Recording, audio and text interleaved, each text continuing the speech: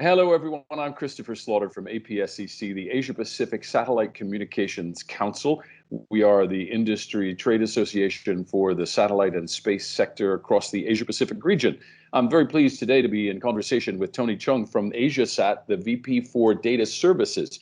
Tony, give a quick introduction to what you're doing in that role with AsiaSat, please.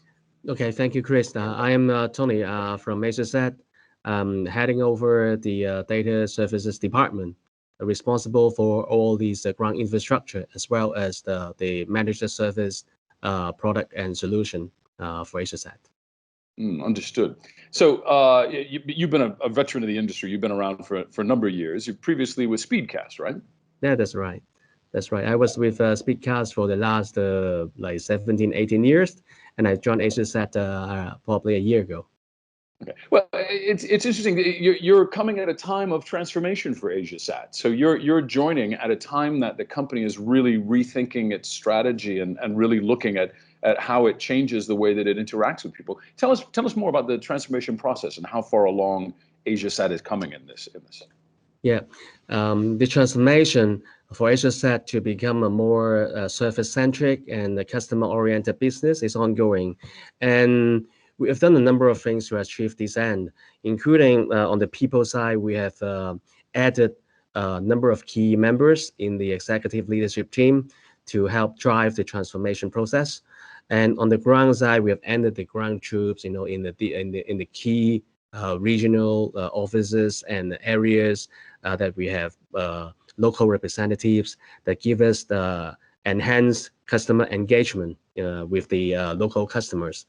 And on the infrastructure side, we have started to build up our own infrastructure on the terrestrial network, link up our regional POPs, fully enable AsiaSat to provide service to the end customers. We have added as well this data service team, which is a group of very experienced people with the service provider experience to help us to develop the solutions and the products that is suitable for our end customers.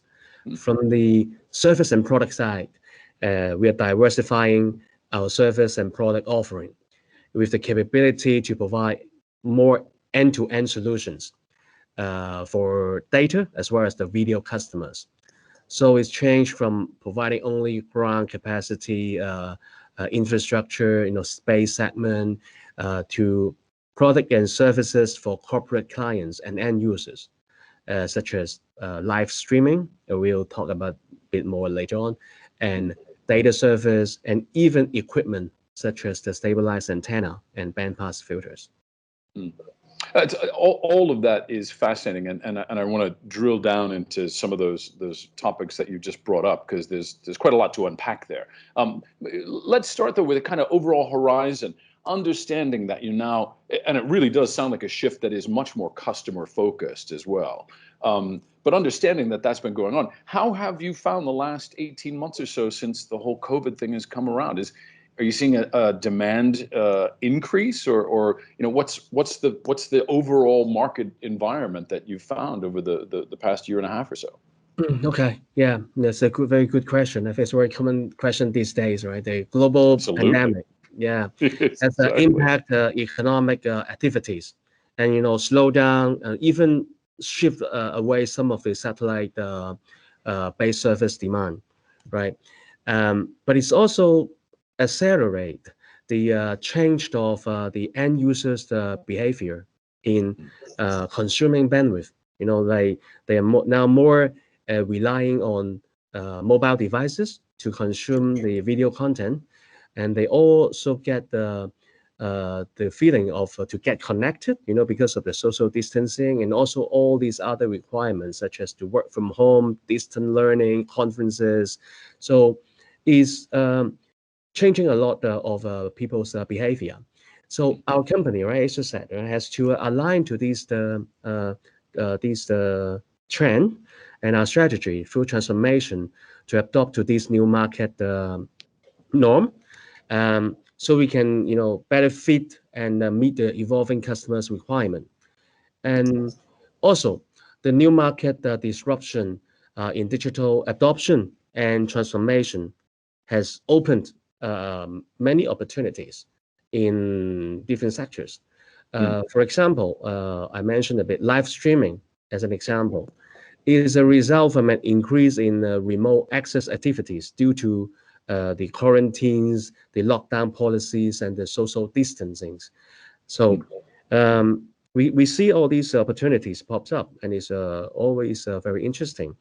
At the same time, we also see the demand for the customer to get connected. That's why we see the boost in the demand in data connectivity, higher throughput, and then different bandwidth to support the different new application for the teleconference, remote access, etc.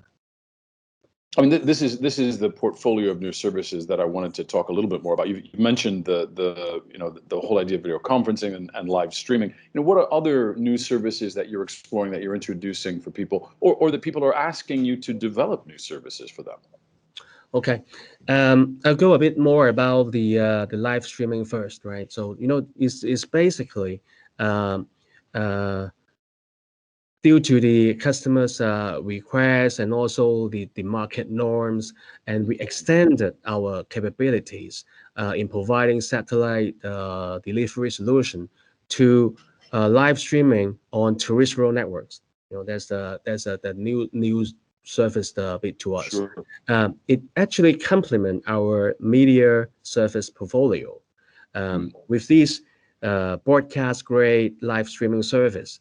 And that's based on the patent technologies, our own, and supported by an expert team of on-site production and virtual event management expertise. So it enables us to provide a range of live streaming of events for say entertainment and media, the concerts, sports events, and then for the other conference and education activities like meetings, exhibitions, webinars, like webinars and exhibitions, like what we're talking about right now. Yeah, oddly. Okay. And other corporate events, such as like the shareholder meetings, sure. like town halls, etc. Right, and by adding these to our portfolio, right, we are able to deliver service in macro broadcasting. So a complete solution for a customer to reach and engage their target audience from a wider perspective, as the digital transformation has actually changed the way audience consumes content. I mean, all of that sounds like it really is kind of a convergence of services, and it feels like you're looking at customers who are also sort of crossing over into new areas of services that they're looking for. Do you feel that that's sort of your video and data kind of coming together into, or is it the customers or the services? How are you looking at that? Yeah. So before I go there, I can probably go a bit more about the data service as well. Sure. We talk about the live stream video, and for the data, we have done a couple of things with the three main objectives. The first one is to really target the service for this region to provide a quality network. We've seen challenges to maintain the consistencies of the network quality for global network, and that's why we've put a focus in this region. The aim is to provide consistent quality service to a customer, right? Through a controlled environment. So you won't experience the good quality in one region, but because of the mobility nature, when it roams to another region, you have a degradation. That's what we are here to solve this problem by providing a quality network in this region. The second one is the support team. We are introducing a very good technical support team who's helping a customer on a day-to-day basis from the network design or solution design up to the implementation and then ongoing support. So by doing all these within this area, this same time zone, they would have a very consistent end user experience when they encounter a problem or when they encounter the need for a change. We're all within this time zone to help them. And for I'll take a maritime, as we are verticalized into many verticals. Maritime is one of our focus, and we have recently launched a service called Sailors, which offers a very flexible and competitive data plan for maritime customer and user. But it's more than that, because in this vertical, for example, you got different subsectors. Under maritime, you have fishing, you have merchant Sure. ships, cruise ship, work boats. They are not exactly the same. The requirements are always different, and the solution and the request would be different as well. So we are here to address all these individual customization need, and put this service uh, as a solution to a customer. One very good example is like fishing vessels may need a smaller antenna, right, a smaller aperture, in the exchange of a lower availability or throughput, whereas a cruise ship may need the very high bandwidth, Huge. Yeah. the Yeah. big antenna. Yeah. So to address, say, the fishing market or some other merchant shipping customer, our service is complement with a very cost-effective stabilized antenna. So it's not just the solution off the shelf, a standard package, you take it, but it's also like, Yeah. oh, you need a small antenna, you need a cost-effective solution, we go work it out for you. So we are bringing to the customer not only the service, but also the solution, and that's what we're targeting. Then when you talk about the convergence, it is very, very good question. With the digital transformation, data and video, it's very difficult to draw the line between the two now. So it also changed our way to deliver service to our client and their end customer.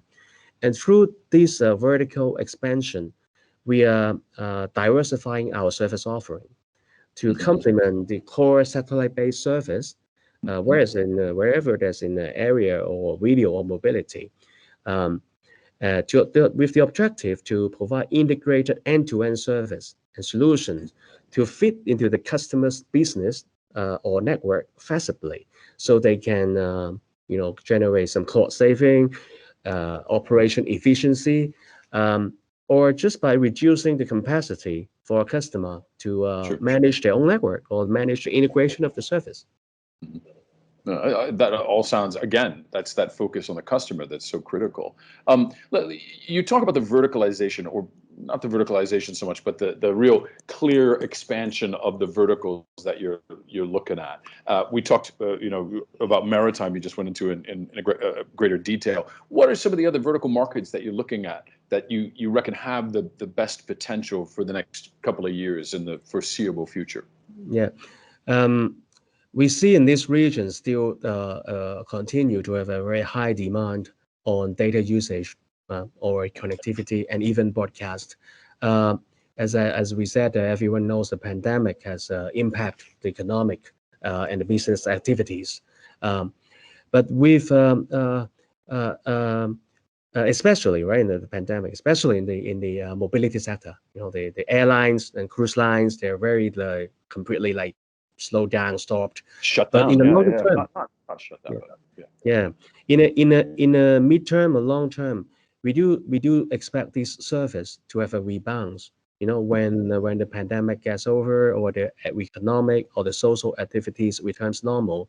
So, being in Asia, which is one of the most diverse connectivity markets and area, Right. we still see immense opportunity for satellite to play an important role in providing connectivity to the underserved markets, and also the of course the areas and regions that are not connected or not well connected with terrestrial, um, and the terrestrial market at the end is exactly that area that we can see satellite can play a very unique role and value, and that's also our focus going to be in the next you know uh, 12 18 months.